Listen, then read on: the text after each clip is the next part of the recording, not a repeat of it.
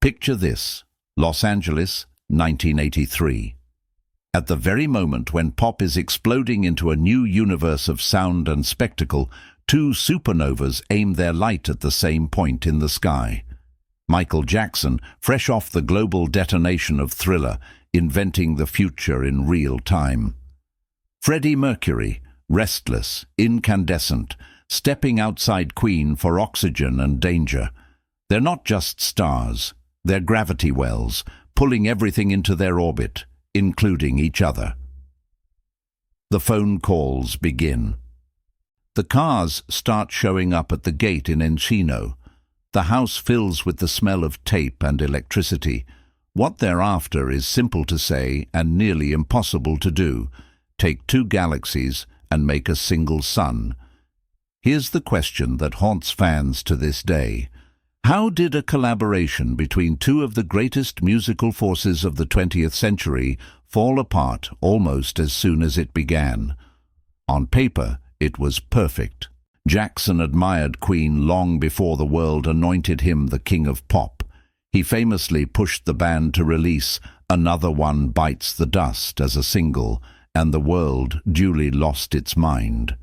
Mercury admired Jackson's discipline, that diamond focus, that ability to imagine a record and then will it into existence piece by meticulous piece. They met not as rivals, but as connoisseurs of each other's excellence. Now zoom in on the setting.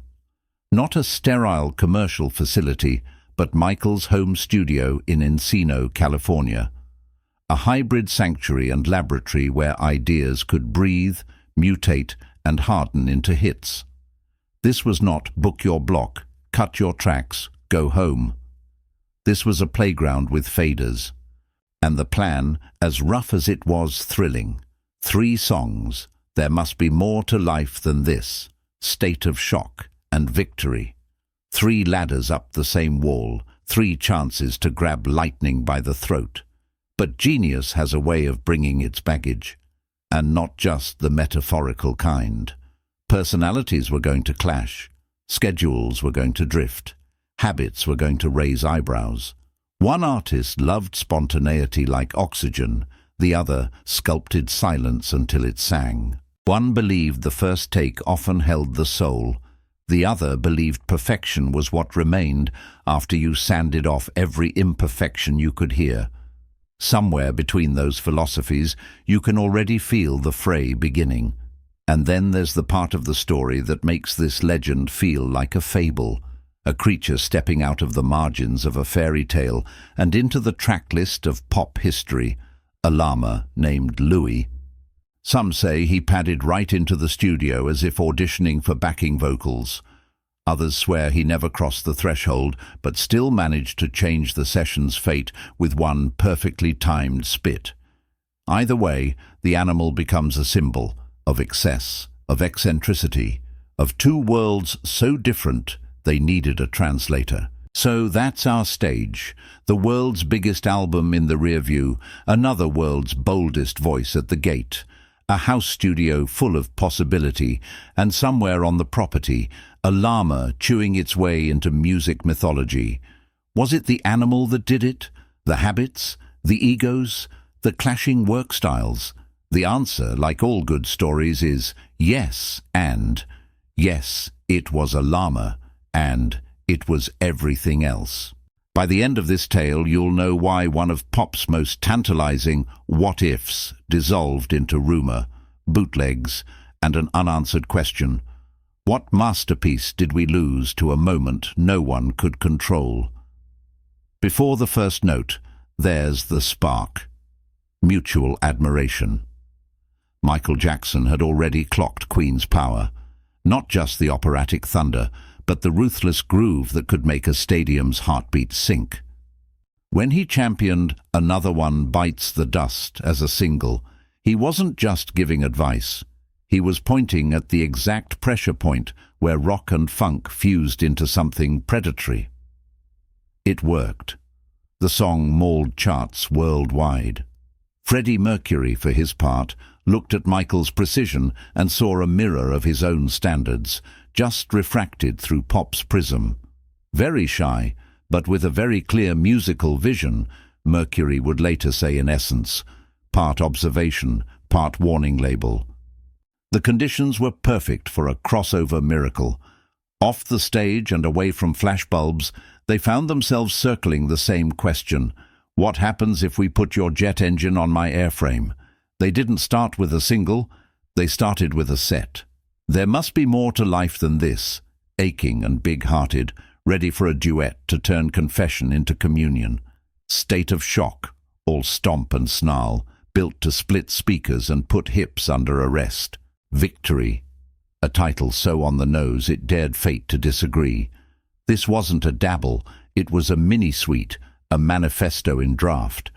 But the way they launched it contained its own booby trap: spontaneity. No months-long lockout at the record plant, no bulletproof calendar. They slipped sessions into the gaps of two impossible lives: arena dates, TV commitments, press obligations, the machinery of fame that never sleeps. The romance of that approach is obvious. Two titans stealing time, catching lightning between flights. The risk is just as obvious. Nobody's really at the wheel. When the studio is a home, the boundary between we're working and we're vibing goes soft. The vibe is the point, until the vibe becomes the problem. Even so, the early moments glowed. Freddie at a piano, testing the air with a phrase, Michael humming a counter-melody under his breath, then climbing it like a staircase, both men smiling at the same chord change, as if they'd found a door behind a wall. You can almost hear the demo takes, less polished, more human, the kind of passes artists love because they still smell like wood and sweat. This is the honeymoon, the part of every collaboration where the other person's difference feels like a superpower rather than a splinter. If you freeze frame here, the future looks inevitable. A Jackson Mercury single is a guarantee, right? Radio eats it. MTV loops it. An awards show duet becomes the clip your grandchildren watch when they want to know why the 80s felt so large. But collaborations are marriages on a sprint clock. Everything is magnified. A quirk becomes a policy. A preference becomes a principle. And so, as the calendar thinned and the home studio's gates swung open to friends, family, pets, and the normal weirdness of life at maximum celebrity, the first hairline cracks began to show. The summit of titans was set. Whether they would plant a flag or slip on the ice was about to turn on 1,000 tiny choices, and one very unexpected animal. Encino wasn't a studio. It was a biosphere. The console was a cockpit, the vocal booth a confessional, the living room a green room. Music happened in the seams. Someone tuning a guitar over breakfast, a synth line bubbling up after midnight, a bridge idea scribbled on a napkin and sung into a handheld recorder. That intimacy can supercharge creativity. Every idea close, every person closer. But intimacy also amplifies difference, and Mercury and Jackson carried different religions of making. Freddie came from the church of the first spark. He loved the crackle when a risky take landed on its feet. If emotion was peaking, he wanted the tape running, catch the lightning, sort out the mess later. Michael practiced a devotion to the immaculate. If a harmony was 2% off, he heard it. If a kick felt one tooth late, he felt it. He didn't chase lightning, he built a lightning farm, then waited with patience bordering on mysticism for the strike. Put those philosophies in the same room and you get magic, until you get friction. Add to that the unspoken politics of lifestyle. Rumors hung around the Encino sessions like fog that Freddie's recreational habits bothered Michael, who was famously protective of his environment, that Michael's adoration of animals and spectacle baffled Freddie, who adored theatre but preferred it on stage, not underfoot. None of this is courtroom evidence, but in the round truth of collaboration, vibes matter. You can feel when someone goes quiet around your routine. You can feel when your routine becomes someone else's distraction. And yet, Between these microstorms, currents of genuine harmony ran strong. There were moments when Freddie's risk pulled Michael into a looser pocket where grit put skin on perfection. Moments when Michael's discipline lifted a melody out of sentiment and into architecture, the kind of shape that endures. There must be more to life than this lived in that space, tender but not limp, aching but structured, like a cathedral built around a heartbeat. Then there was the Encino context itself, a home that was also a museum of Michael's curiosities. Animals were not a theme, they were tenants. For friends it was charming, for collaborators it could be a lot. A commercial studio draws boundaries by design: front desk, lounge, live room, lock-in. A home studio draws boundaries by courtesy, and courtesy is fragile under pressure. In a perfect world, the surroundings become playful texture. In the real one, they become variables you didn't budget for. No single moment doomed the project. Instead, think of it as an accumulation: a handful of raised eyebrows, a dozen nearly said comments, a creeping sense that the process had stopped being neutral ground. Harmony and discord traded bars. The songs moved forward.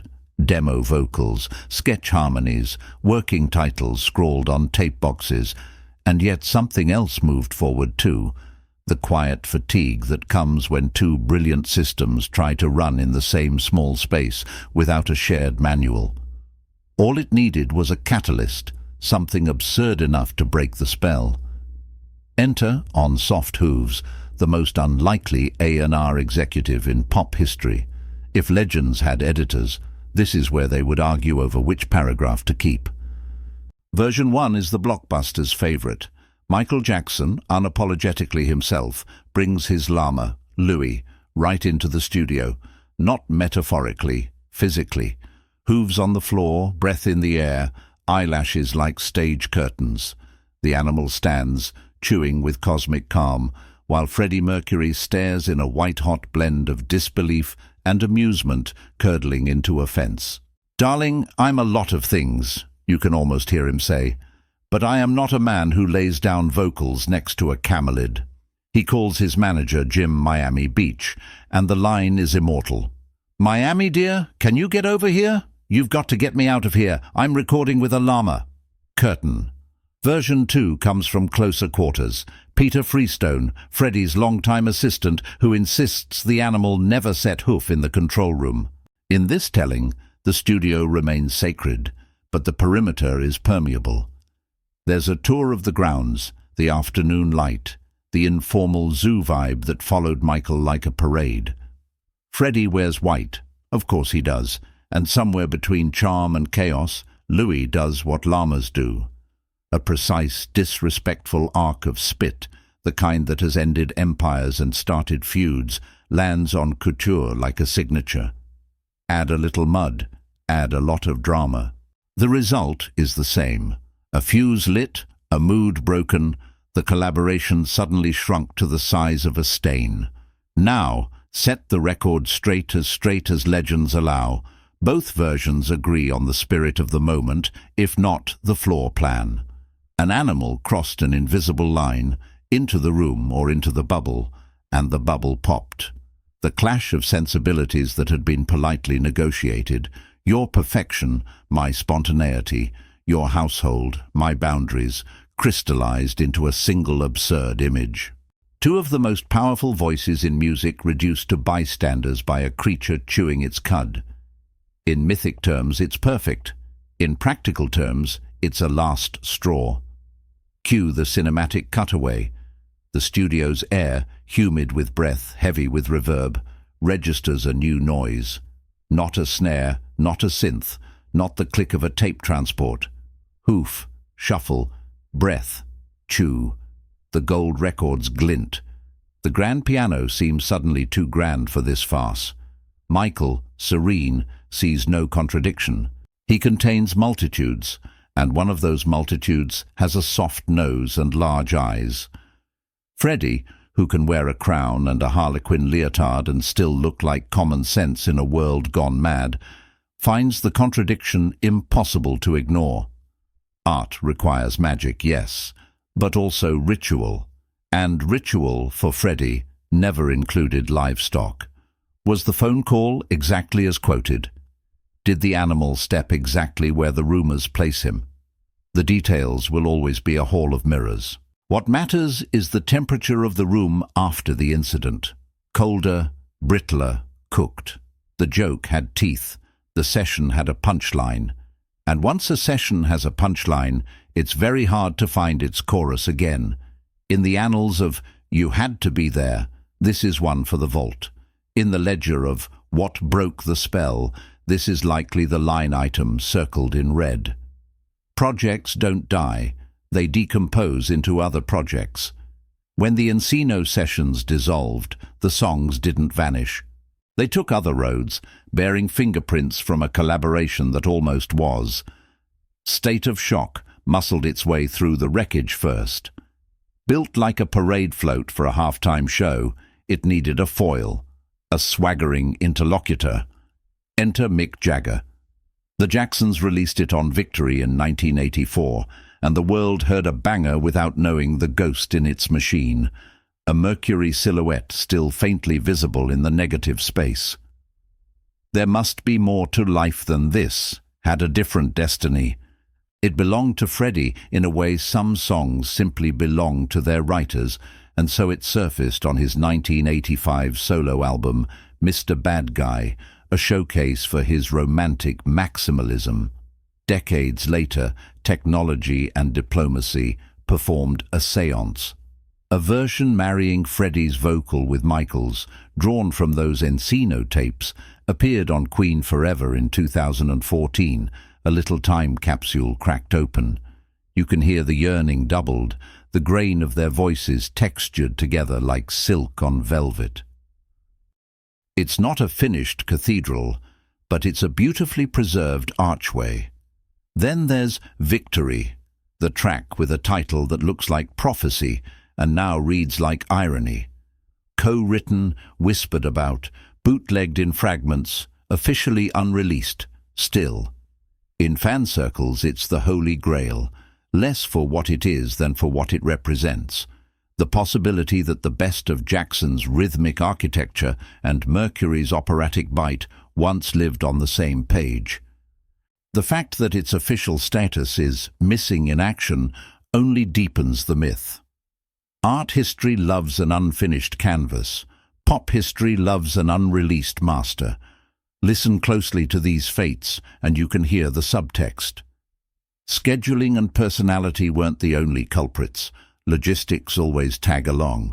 Labels, managers, publishing splits, release calendars, the adult furniture of the music business can turn a creative detour into a dead end. Add the Encino complications to that machinery and you get what we got. Songs demoted to derived from, moments repurposed into inspired by, a collaboration remembered less for its sound than for its story. And yet, those echoes matter. The swagger in State of Shock carries the energy of a room where Michael and Freddie once tried on melodies like jackets. The ache in There Must Be More to Life Than This wears Michael's shadow harmonies like a rumor you can almost make out. Even Victory, unborn and undelivered, exerts magnetic pull simply by existing as a title written in a margin. The unfinished symphony isn't silence. It's resonance. It tells us that art leaves outlines even when the painter walks away. So the music lives, crooked, mirrored, refracted through time, and the story lives louder. Which raises the final riddle. If the legend is bigger than the tracks, what exactly did we lose? A hit single, probably. A culture quake, maybe. Or perhaps the real loss is the alternate timeline where two perfectionists learned to love each other's rituals long enough to make a small pile of perfect, ridiculous, luminous noise. In the end, the llama is a meme with a moral. Whether Louis actually clip-clopped into the control room or stayed just outside and decorated a white outfit, he stands in for every unresolvable difference that collaboration drags into the light. He is the symbol of the line between your world and mine, the embodiment of the sentence, "I can love your art and still not want your ecosystem under my feet." That's not pettiness, that's boundary. And in a home studio, where the personal is the architecture, boundaries are the first things to blur and the last things to be forgiven once they're crossed. What did we witness? Two creative universes colliding at escape velocity, generating heat, light, and a small sonic map of roads they might have traveled together. What did we lose? Possibly an anthem that would have owned 1984, possibly a blueprint for future cross-pollinations where rock grandiosity and pop exactitude stopped pretending to be enemies. Possibly nothing more than proof that some hybrids only live in imagination and that our yearning for them is part of the music's power. The Llama story persists because it's funny, yes, but also because it's true in the way parables are true. It compresses 100 small incompatibilities, the schedules, the habits, the rituals, the temperaments, into one image you can't forget. You laugh, and then you nod, because you've been there in your own way, trying to build something with someone who is brilliant and utterly other, discovering that brilliance alone can't negotiate a shared reality. And here's the twist. The what-if itself is a kind of art. The unfinished duet keeps both men alive in the cultural imagination, not as museum pieces, but as possibilities. Every time you hear the 2014 duet version of "There Must Be More to Life Than This," you hear not only their voices, but the studio that almost held them, Encino at sunset, wires like vines, a console glowing, a phone ringing, a laugh turning into an argument turning into a story turning into a legend with hooves. So we close with a question designed to itch. What masterpiece did the world lose, all because of a llama? The strict answer is unknowable. The honest answer is enough to haunt us. Maybe that's appropriate for artists who never lived small. Michael and Freddie specialized in appetite, the appetite to make pop immortal and theater enormous. If the price of that appetite was the occasional beautiful disaster, then the llama is their court jester, reminding us that even kings slip on banana peels. Two kings met, the studio opened, the tape rolled, the spark flew, the spell broke, the songs scattered. The legend stayed. And somewhere in the margins of pop history, Louis keeps chewing, calm, oblivious, eternal, while the rest of us press play on the fragments and dream about the chorus that never came.